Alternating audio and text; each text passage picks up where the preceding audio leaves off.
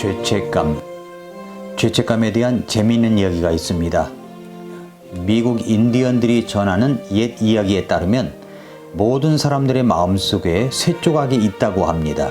그리고 그 사람이 나쁜 짓을 할 때마다 그 쇠조각이 돌아가면서 그 사람의 마음을 아프게 하는데, 이때 느끼는 아픔이 죄책감이라는 것입니다.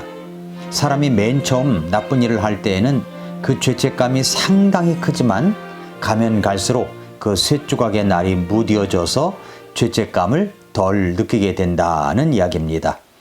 살인을 계속 저질러 온 범죄자가 조금씩 죄책감을 덜 느끼게 되고 양심이 무뎌져서 나중에는 전혀 가책 없이 범죄를 저지르는 것을 봅니다.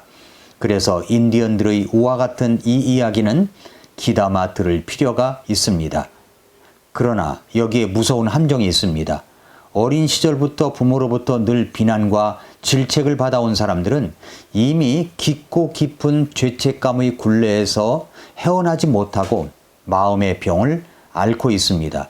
죄책감의 문제는 심리적 병증을 더욱 악화시키고 사람을 더욱 강박적으로 만들거나 더 피폐하게 만듭니다. 여기 죄책감에 시달리는 사람들이 있습니다. 저는 끊임없이 죄책감이 일어나요. 어떤 때 미칠 것 같아 자책하고 나 자신이 형편없게 보이고, 죽어버리면 이 감정에서 자유로울 텐데요. 누구도 이해 못해요. 죄책감이 있으니까 사람들도 편하게 못 보고. 이런 이야기를 합니다. 또 이렇게도 말합니다. 교회 가서 설교 듣는 게 너무 힘들어요. 목사님 설교 들으면 죄책감이 더 심해지거든요. 난 저렇게 못 살고 있는데 어떡하나? 하나님이 나를 벌하시면 어떡하나? 그런 생각이 정말 심하게 들어요. 그래서 예배 중에도 안절부절 못하고 식은땀이 나고요. 또 이렇게도 말합니다. 어렸을 때 야단을 많이 맞았어요. 칠칠치 못하다고, 잘하는 게 없다고. 맞아요. 그런 것 같아요. 제가 잘하는 게 없었어요. 항상 실수만 하고, 그런데 부모님이 밉더라고요. 저를 계속 야단만 치니까, 미워하기 싫은데 자꾸 미워지니까 죄책감이 일어나요. 성경에도 있잖아요.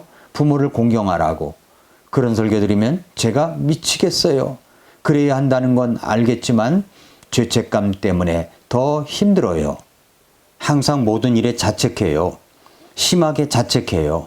다 제가 잘못한 것 같고, 내가 잘못해서 사람들이 모두 나를 싫어하는 것 같고, 내가 잘못해서 친구가 다 떠나고 애인도 떠나고 죄책감을 벗어버릴 수가 없네요. 이렇게 많은 사람들이 죄책감의 문제에 지독하게 시달립니다. 이 중에서도 특히 기독교인들은, 그리스도인들은 더욱 큰 죄책감의 문제를 호소합니다. 그리스도 안에서 참 자유를 누려야 할 그리스도인들이 아이러니하게도 더 큰 죄책감의 무게에 짓눌려 있습니다. 이것은 참으로 큰 문제입니다. 죄책감의 감정이 끈적끈적한 콜타르같이 발목부터 사람을 잠기게 하고 마침내 숨이 막혀 죽을 때까지 차오르는 것 같습니다. 마침내 진정한 사랑이나 참 자유를 잃어버리게 만듭니다. 이처럼 죄책감은 사람의 생기를 앗아갑니다. 생명력을 파괴시키고 그리고 사랑을 상실하게 합니다. 더 나아가서 신앙마저 흔들게 합니다. 자신의 구원마저 의심하게 합니다. 죄책감을 마음에서 내려놓아야 한다는 것을 알면서도 더욱 내면으로 깊이 껴안게 되는 것을 봅니다. 이런 죄책감으로 인해 생명과 사랑이 고갈되고 인생의 꿈 전체에 독이 퍼져 아무것도 할 수 없는 사람들이 너무 많습니다. 죄책감의 무게가 얼마나 무거운지, 건강하고 아름다운 미래를 열어가야 할 모든 에너지를 빼앗아 버릴 정도입니다. 마침내는 기진맥진해서 쓰러져 버립니다. 죄책감을 부추기는 수많은 언어와 태도와 눈빛을 기억해야 합니다. 여러분의 눈이 말하는 하나의 단어에도 심리적 기반이 연약한 사람은 심하게 흔들립니다. 그리고 그 안에 사탄은 더 깊은 죄책감을 끼얹어서 숨막히게 합니다. 늘 누군가와 눈치를 보는 사람이라면 차가운 눈빛 한 번에도 여지없이 무너지고 마는 겁니다. 그리고 모든 잘못을 자신에게 전가하고 필요 이상으로 괴로워하고 죄책감과 수치심을 느끼게 합니다. 모든 죄책감은 수치심을 동반합니다. 수치심은 모든 정신병증의 원인이 될 만큼 무서운 요소입니다.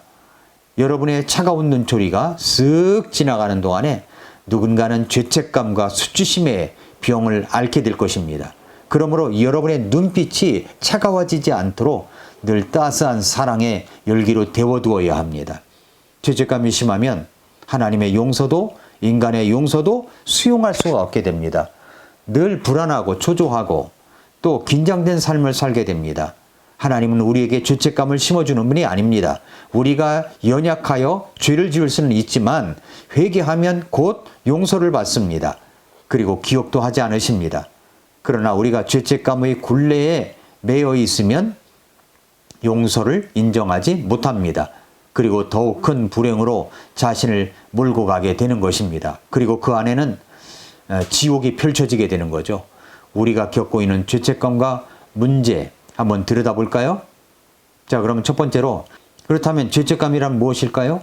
죄책감이란 죄 때문에 느끼는 불안하고 불편한 감정입니다. 죄를 지으면 죄책감이라는 것이 와야 하는데 어떤 사람에게는 그것이 오는가 하면 어떤 사람에게는 양심이 마비되어 가지고 전혀 느끼지 못하는 사람들도 있습니다. 옛날에 많은 사람을 죽이며 살인죄를 저질렀던 지존파라는 무리들이 있었죠. 죄 없는 많은 사람들을 죽였습니다. 그러나 경찰에 체포되었을 때 그들은 TV 앞에서의 모습은 전혀 죄의식이 없는 모습이었습니다. 죄책감은 경고등입니다. 죄책감은 뭔가 잘못되었다고 알려주는, 뭔가를 고쳐야 한다고 알려주는 경고등입니다. 차가 뭔가 잘못되었을 때 계기판에 깜빡거리는 경고등처럼 말입니다. 그런데 죄책감은 두 가지 종류가 있습니다. 자, 주의 깊게 잘 들어보십시오. 첫째는 진짜 죄책감이 있습니다. 하나님의 마음이나 다른 사람에게 상처를 주는 나쁜 짓들을 해서 진짜 죄책감을 가질 때가 있습니다. 그런데 또 하나는 거짓 죄책감이라는 것이 있습니다. 그것은 자동차의 계기판에 경고등이 켜졌을지 모른다고 생각해서 그것에 너무 노심초사하여 스스로 죄책감에 빠지는 것과 같습니다. 그 죄책감이 어디서 왔는지도 몰라요. 정확히 잡을 수도 없어요. 죄책감이 무엇 때문에 드는 것인지 알 수가 없습니다. 그런데도 죄책감 때문에 괴로워합니다. 이런 거짓 죄책감에 시달리는 사람일수록 어렸을 때 부모나 중요한 타인이 신체적으로 또 정신적이거나 정서적으로 학대했을 수도 있습니다. 어떤 식으로든 인생 초기에 누군가의 죄에 연루되어 그 상태에서 헤어나올 수 없다고 느꼈을 수도 있습니다. 심지어 자녀 때문에 그렇게 되었을 수도 있습니다. 과거를 완전히 떠나보내지 못해서 오는 경우도 있죠. 용서해달라고 하나님께 수천 번은 간구했지만 용서받았다고 느껴지지 않는다는 겁니다. 그것은 하나님은 과거를 다 용서해 주시고 깊은 바다에 던지셨다고 하는데도 자신은 아직도 그것이 남아있다고 생각되기 때문에 그렇게 찾아오는 죄책감입니다. 자, 그렇다면 참 죄책감과 거짓 죄책감은 어떻게 구별할 수가 있습니까? 하나님께서 정말 여러분에게 죄책감을 주는 것인지 아니면 거짓 죄책감인지 알 수 있는 방법은 무엇일까요? 그것은 먼저 죄책감이 오는 초점이 사람들에게 있는가 아니면 하나님께 있는가 하는 겁니다. 폴 트루니에 박사는 거짓 죄책감은 인간들의 판단과 의견의 결과로 생긴다고 했습니다. 참 죄책감은 하나님의 거룩한 판단의 결과로 그 상황을 하나님께서 어떻게 생각하시는가의 결과로 생깁니다. 만일 여러분이 거짓 죄책감에 시달리는 중이라면 인정을 얻으려고 필사적으로 애쓰는 자신을 보게 될 것입니다. 인정에 광적으로 매달릴 것입니다. 스스로 자신을 좋게 느껴보려고 사람들의 인정을 절실히 필요로 하는 것입니다. 그런 사람에게 인정은 하루에 한 번씩 꼭 맞아야 하는 몰핀과 같이 마약과 같은 기능을 하는 것입니다.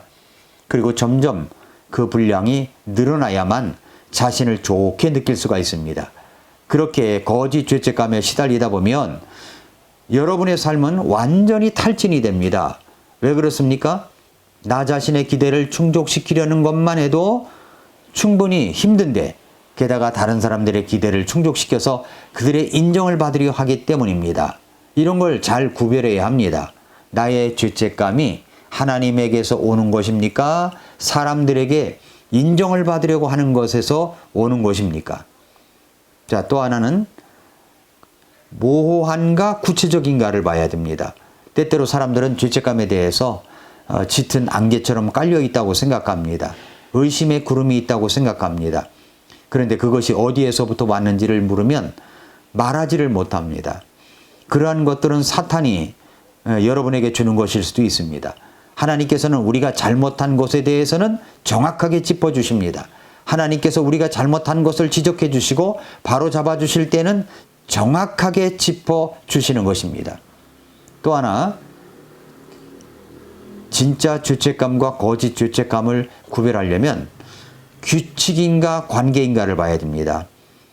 거짓 죄책감에 시달릴 때 갖는 주된 느낌은 내가 규칙을 어겼어 라는 겁니다. 진짜 죄책감과 씨름할 때의 느낌은 내가 누군가에게 상처를 주었어. 나의 행동 때문에 하나님의 마음을 아프게 했어. 남편의 마음이, 아이들의 마음이, 아내의 마음이 상처를 입었어 라고 하는 것입니다. 그러나 하나님께서 주시는 진짜 죄책감이 있습니다. 진짜 죄책감에 시달리면서 고통을 겪었던 사람이 누구냐면 바로 다윗입니다.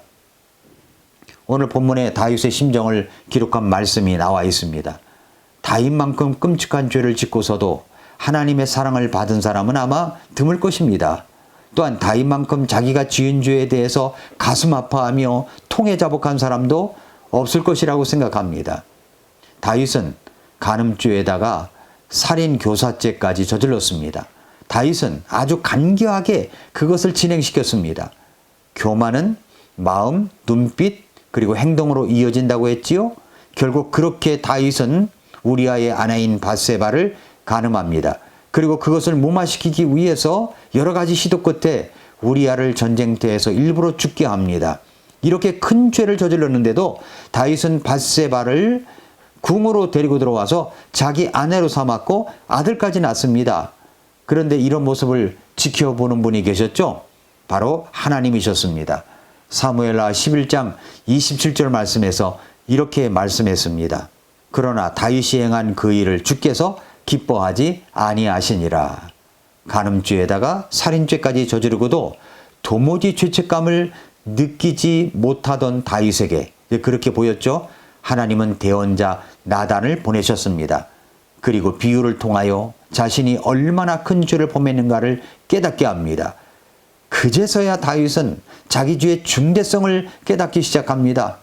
사무엘하 12장 13절에서 다윗은 그제서야 자신이 하나님께 죄를 범하였다고 고백합니다. 그는 죄책감으로 오랫동안 시달렸던 것입니다. 이것이 진짜 죄책감입니다. 그렇습니다. 이 죄책감은 정말 사람을 너무나 괴롭히는 것입니다. 다음 시간에 이 죄책감에 대해서 계속 이어나가겠습니다. 오늘도 미라클 모닝입니다.